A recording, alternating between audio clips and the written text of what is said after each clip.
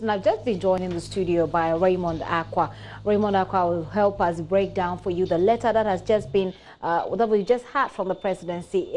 The title is Proposed Meeting of NDC and NPP on Disbandment of Political Vigilantism, the position of the NDC. And it is a reply or response to that letter written by the NDC. And its attention to NDC National Chairman Samuel Ofosu-Ampofo. 4th of March 2019. That's the date. Raymond, let's go through it. Now, if you look at this letter, you see a response to 1, the concerns raised by the NDC in that letter, 2, the response to requests made by the NDC, and then 3, there is a conclusion. Let's begin with the concerns. So the president looks first and foremost as the NDC's claim in this letter that no evidence has been established at the ongoing short commission about the sponsorship by the New Patriotic Party of vigilantes in the national security system. And this is a claim that the NDC made, that they believe this has happened and that there's not been any evidence from the commission so far, which establishes the point. In fact, the president is insisting that no such sponsorship has taken place. Could you read for us that paragraph? Okay, so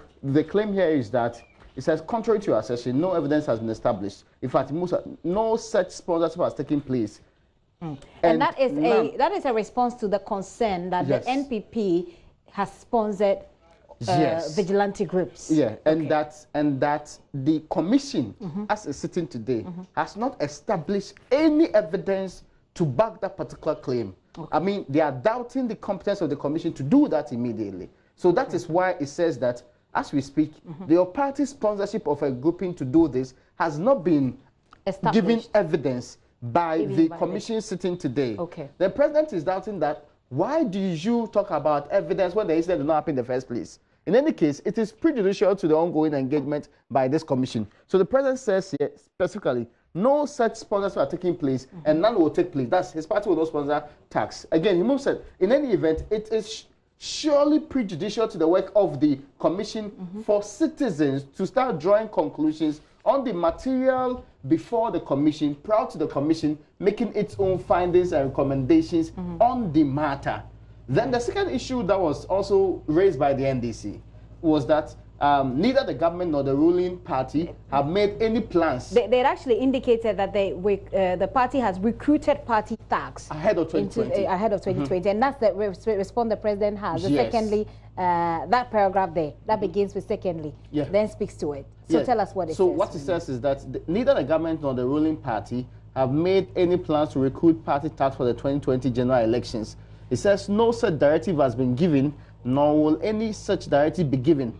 And no such recruitment is taking place, and says neither the NPP nor I need political party tax to win the 2020 election. We will do so on the basis of our record, our argument, and our values. So that's the president's response. And these are the two main issues that he believes ought to be put on record and clarified before he goes to the substantive matter. And before we go to the substantive matter, Raymond, it looks like the NDC had also raised concerns about the impact of the dialogue or the impact of the work of the commission on the meeting that they were supposed to have. Certainly, their claim was that if there is already a process ongoing, quasi-judicial, whose primary responsibility to unravel everything that has happened, why don't you wait? Why should we go into another dialogue? But the president has a response for them. The president says on the matter of the impact of the dialogue on the work of the short commission, he sees no conflict. And I cannot see how the work of the commission can be compromised by a voluntary dialogue between the two main political parties in our country. Interesting. So here is how the response to the concerns that the party has raised in their letter to the presidency ends. Now it goes on to deal with the requests that were brought before the presidency. Two main ones. The first one was that, the NDC asked that the government extends the call for disbandment not only to the NPP and the NDC, but, and this is quoted, to all political parties, civil society organizations, representatives of the media, representatives of the military, police, and other security agencies, as well as other relevant stakeholders. And then the president has a response for them on that. He says, I am not aware of any vigilante groups that are associated with any of these bodies, as your letter suggests. Political party vigilante activity in the country has unfortunately been associated with the NDC and the NPP. I thus see little basis for your request. Little basis. So at least there is, it's not like there is no basis.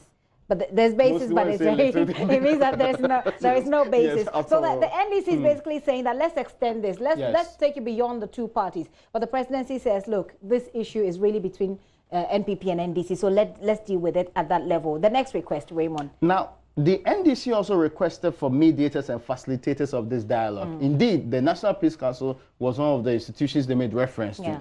Now, the president says, I am dismayed, and I believe that the Ghanaian people share my dismay, that the two main parties who have dominated and continue to dominate the politics of the Fourth Republic, who between them have garnered at least 95% of the votes in each of the 7 general elections of the Fourth Republic, who have provided all 7 governments of the Fourth Republic, who are the only parties currently represented in the 7th Parliament of the Fourth Republic, cannot meet to dialogue on matters of nations, governance, and political culture without the intervention of outsiders, including foreign entities. And I'm sure you know why he brought in this particular point of foreign entities. Because the president, because the former president had brought in the members of the diplomatic corps and showed them videos from what happened when Adayawa Westwogon and others.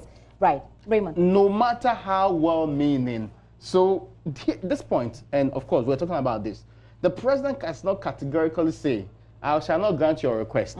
He doesn't say that I will grant your request. He's rather expressing dismay at how the NPP and NDC cannot sit and dialogue on this matter without third parties being involved. That's one thing. So the president is dismayed. Of course, he doesn't answer the request. Very good. But he goes on to say something else in the next paragraph. Raymond. Yes, he said, I had hoped that the proposed meeting will be without preconditions on either side.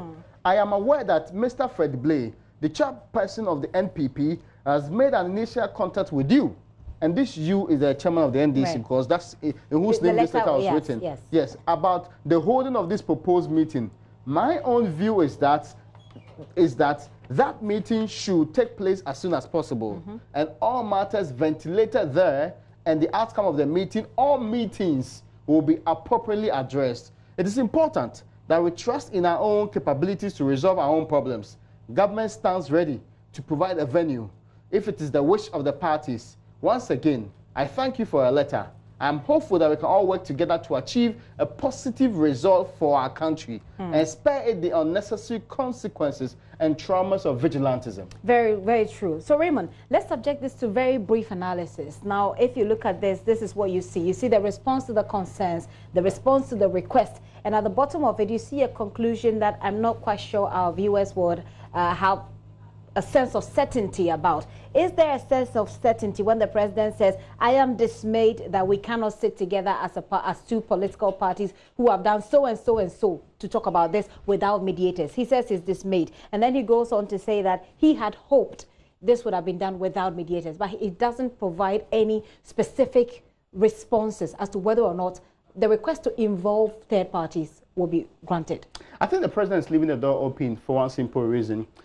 In some of these things, proper negotiations, it is only smart that you are not seen to be taking an extreme stance on this matter, especially when he as an individual called for the meeting, asked the two parties to agree.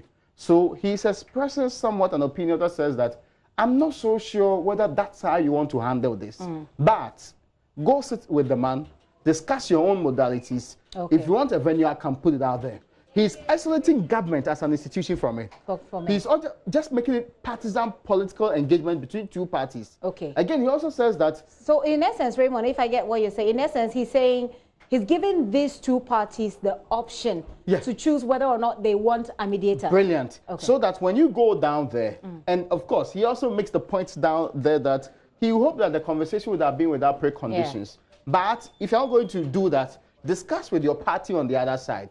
Agree that these are the terms within which you can only operate. And if the two of you still want a mediator and want any other grouping, and first, his words are, regardless of how well-meaning it might be, they can proceed to do so. I think that sends a rather good signal. I was beginning to get worried when the president was responding to some of the issues. The way that the responses were coming. Because, again, you should be seen in this case as like a neutral arbiter in this matter. Not even because you take a stand on this or your party is involved, because you want this conversation done. And as is being quoted here, he quotes the NDC that there's a need for a serious national effort to be made to address the problem once and for all. These nitty-gritties, these conditions for operation, should not be more important than the main aim for engaging the people on this matter. So if it is just a request for third parties to sit in, if it's just a request for it, I'm sure the president is not in favor of it, but basically saying that, yeah, you go and decide on how you want to do it. At the end of the day, I want you to come with me with a document that says, we are dealing with this in this way, in a much more sustainable manner. Does this not, somewhat defer the way, if you say you want to be neutral, it's good to be neutral, but when they made a request that we want this person to sit with us, and you are the person who's calling for the meeting, you do not have a strong stance as to whether or not there should be a mediator in the first place, but you had indicated your wish that there would be no mediator, and you don't categorically state what should happen. Does this not somehow make the entire process a little bit, give it a little bit of uncertainty, which is what we don't need now? There is, and these meetings mostly come with uncertainty. The NPP doesn't trust the NDC doesn't trust the NPP. True. In fact, the NDC believes that the president is really part of the NPP, and in this case, not really absorbed like the way they think he should be on the matter. So, on one hand, he's responding as head of state to issues that has to do with re-recruiting and putting people in 2020, security of the state directly. Then he's also in a tough position to exclude himself from the process and say, I cannot give directives because you may decline it. If the president says, go and meet, and the people say, we will not meet, he cannot compel them to meet. So he wants to be in a position to give them the leeway as much as possible to do the things that will make people, and this is also to the public, not only to the NDC, so that the people who are reviewing it independently like we are doing is saying that, well, he still has goodwill. He still is interested in good faith to let this meeting happen. He's not dictating the terms of the meeting and doesn't have hard lines on how it should go. Ultimately, what he wants is the peace and way forward in dealing with vigilante groupies. Even though he might be worried, dismayed, even though he might dismiss some of the preconditions for engagement, but the substantive matter of engaging, and seeing the line that he wants there, he says quickly there that in his own view, the mission to take place as soon as possible. You know, we are counting the days. Of course. It should take place as soon as possible, and all matters ventilated there, matters of how you engage, which mode we are using to engage, who gets to sit in or who gets to be left out, are all parties and matters that equally fits into the all matters. Yes, there. And if the parties are unable to come to a conclusion on that matter, he's already indicated to the people of this country how he hopes to go forward. Yeah. Raymond, thank you very much for this analysis, and I'm sure that if you have been listening to this, you follow what the president's position is on this, what the two parties are expected to do. But at the end of the day, we here at Joy News want you, the citizen, we want you who gave the power to these, or who give the power to these politicians, to bring the pressure to bear on them to disband party militias now. We don't need them right now. Raymond Akwa, thank you very much.